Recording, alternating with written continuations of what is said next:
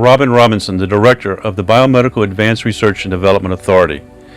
Every day, Barda brings the nation closer to the vaccines, drugs, and therapies and diagnostic tools that people will need to get healthy or stay healthy in public health emergencies and medical disasters.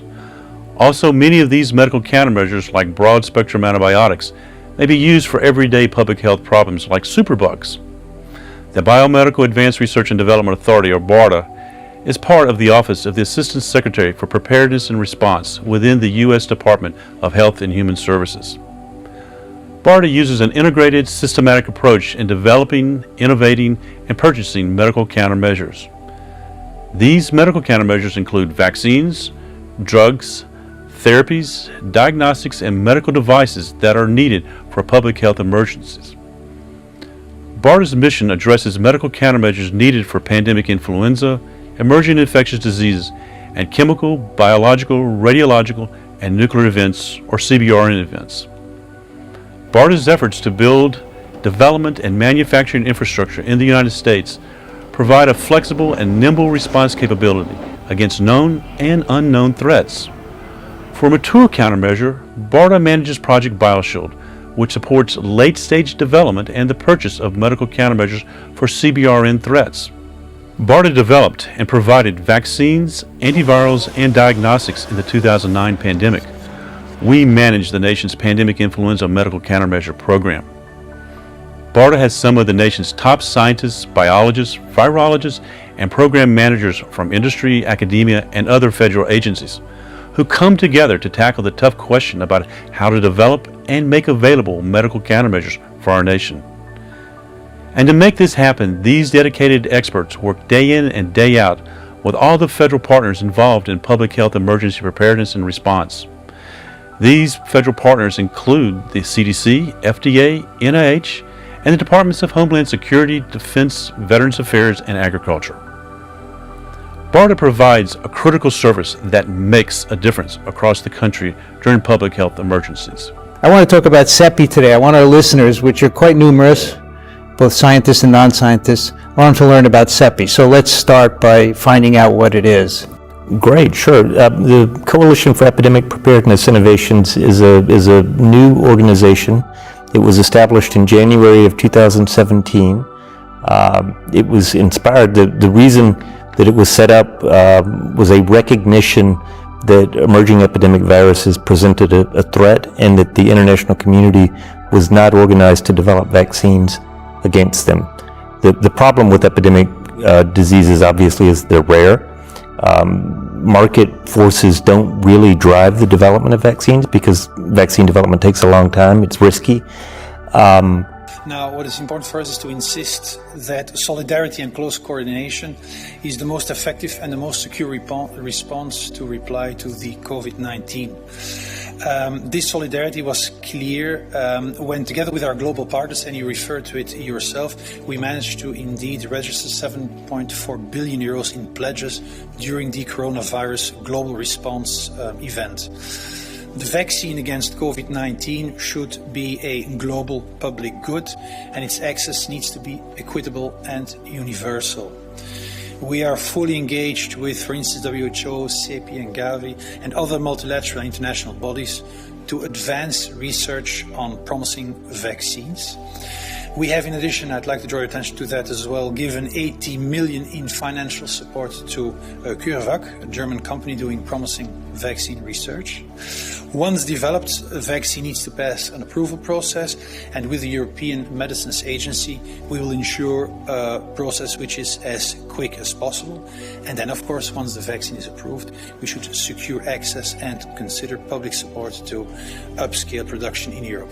So, Cepi was set up as a collaborative effort of a number of sovereign countries, as well as philanthropic donors, including the Gates Foundation and Wellcome, to collect funds to support vaccine development efforts against diseases like Ebola, including Nipah, Lassa, MERS, and other emerging viruses.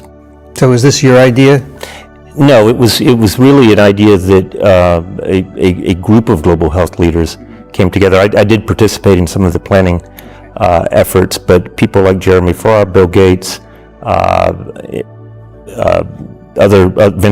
Victor Thal from the National Academy of Medicines, and other global health leaders all collectively realized that we needed to do something to prevent a recurrence of something like the West African Ebola epidemic. So the Gates Foundation on its own wouldn't be appropriate to do this sort of work? I think they saw the value of creating a dedicated product development partnership that could focus exclusively on this work, given the very particular challenges of developing these types of vaccines against these types of threats. Okay. Now, interestingly, on your website, you cite the Ebola virus vaccine as an example of how we had a vaccine for many years, and it took a year into the West African epidemic to deploy it, and you want to prevent that from happening again. I think what's sort of ironic is that vaccine was developed for the Army to prevent bioterror attacks, right? Yeah, that's exactly right. Before I came to Cepi, I worked in the U.S. biodefense programs, and there had been long investment in the development of Ebola vaccines, but it was driven, as you're saying, by concerns about Ebola as a potential bioterrorism threat, not because of a recognition that a Ebola vaccine was needed for global health purposes. Yeah. You know, some data just coming out from a monkey trial of this vaccine that you're developing with Oxford last week, and what it showed is that it looked like it did keep the monkeys who were vaccinated from getting pneumonia, but there was still virus detectable in their nose, so it did seem like they got infected. And William Hazelton wrote a piece about it saying, did the Oxford vaccine work in monkeys? Not really. So tell us about your confidence level based on seeing those data that this vaccine will work in people. All right, Meg, first of all, it's very good to be with you today. What I will say to this is that the person who wrote, the author of this article, should know that this kind of debate takes place in scientific magazines, not in Forbes magazine, and they honestly should have realized you don't compare studies that are not head-to-head studies. So in this instance, the monkeys received only one dose of vaccine, and they were exposed to enormous challenges of enormous quantities of viruses. And this enormous challenge, of course, left them with a little bit, some of them a bit of virus in their nose, but none of them developed pneumonia. None of them developed signs of lung infection. So it may actually be that this vaccine necessitates 2 injections, a booster injection in some patients. But at the end of the day, the clinical data is where the truth will be found. And our phase 1-2 study is going very well. We're going to, we believe, start phase 3 at the beginning of next month. And at the end, we will know the results at the end of the summer, probably in August, through human data in a very large study of 10,000 patients in the UK and another one of 30,000 patients in the United States.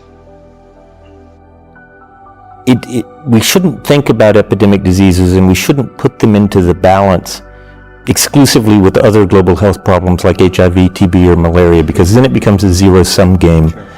And we want to prevent that. I think we need to look at epidemic diseases like we look at other transnational problems that require a collective response, like international terrorism, like climate change, or even like cybersecurity. For those of you that don't know us yet, we are a relatively new organisation set up post-Ebola 2014-15 outbreak, and we were founded at the World Economic Forum in Davos because some of the founding members of Cepi really saw that there was a political moment in time where the world was focused on the outbreak of Ebola, but there was a moment to really think about funding a new organisation and building a new business model for the development of vaccines. So you can see why trust in vaccinations is very core to what Cepi does.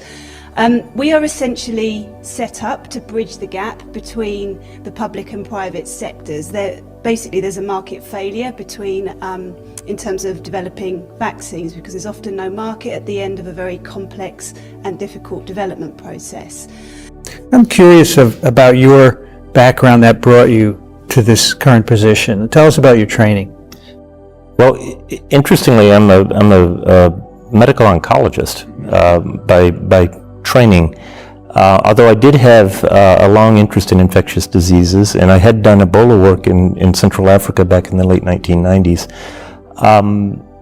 how I ended up in public health preparedness is almost by happenstance. I happened to get involved in the response to September 11th in New York City, happened to run what became the main medical triage area at Ground Zero, providing medical support to search and rescue workers, and as a result of that, veered into public health preparedness. Before coming to Cepi, I worked for about 15 years in the U.S. government in the biodefense programs. Because of my background in medical oncology, I actually worked on radiation countermeasures. So drugs and treatments to treat people who'd been exposed to high doses of radiation in a terrorist context. And then moved to an organization called Barda, the Biomedical Advanced Research and Development Authority, that develops vaccines, therapeutics, diagnostics for terrorism threats, and gained a lot of relevant experience for the challenges that Cepi faces. I've had a few Barda people on my podcast, Mike Merchelinsky, Sure.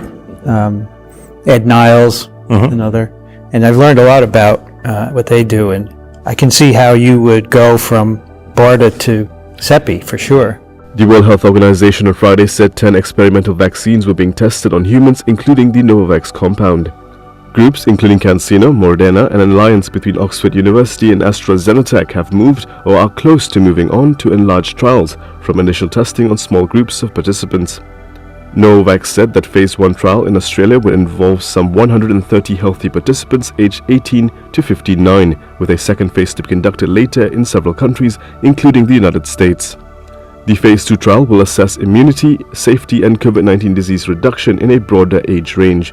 Moderna's claim of favorable results in its vaccine trial is an example of publication by press release. He joins us now. Dr. Hazeltine, thanks so much for joining us. I said the word data at the top of that intro. Your criticism is that there was not sufficient data in their release, and because of that, the market was able to applaud the results perhaps more than they should have done. I would say several things about the announcement. It was premature. Only 8 people had been studied. It was not impressive, and it was opaque. If a CFO had tried to get away with the same kind of announcement, it would have been greeted by derision and possibly by investigation. What about the testing process? Is it realistic to expect us to test millions of people across the United States? Yeah, the test right now, what they have is basically an RNA test, which is, if you have the virus and you have the condition, you can test and you can see that you have it. But once you're cured, once you clear the virus, you no longer test positive. So we don't have a test yet to see, but at least widely available test to see whether you have had the virus and recovered from it directly. That you test by seeing that you have it, and then later you test again, you don't have the virus. Then we infer that you've recovered. But we don't have a test to say, okay, you have antibodies. So it's a little hard to answer that question. And actually, this is a theme I want to bring up. It's really uncertain right now. There's many variables still yet to be cleared up. We don't know really the death rate. We don't know fully the recovery rate. And I think this is partly why you're seeing essentially a worldwide panic in response to this. It's not just how severe the condition is, which I think is probably less severe than we're seeing, but the uncertainty around that. And that's I think, leading to a lot of the economic effects that we're seeing with the virus. But isn't the point that some of these companies, Doctor, are trying to get these announcements out on purpose as fast as they possibly can for the benefit of public health, for the benefit of plans to reopen economies, for the benefit of trying to get, say, treatment information out there, and vaccine goes along with that too? I mean, we're in a pandemic where, we have people in the emergency rooms fighting this right now. The question is not that we're not an emergency. We know we're an emergency. But in an emergency, it's even more important to be clear about what you know and what you don't know. There is a process which is vastly accelerated. The moment the data is put together, the moment it can be presented, it's on the internet for free. Everybody can see it. Moderna did not follow that. We don't know what happened. You don't know what happened. I don't know what happened. Nobody, maybe a few people in their company know what happened. We can't see that data. And again, let me just take the financial example. Even in an emergency that's not warranted, there are many processes that we have put in place that allow global sharing of data. That's not the issue. The issue is, do we know what happened? And the answer is, we don't.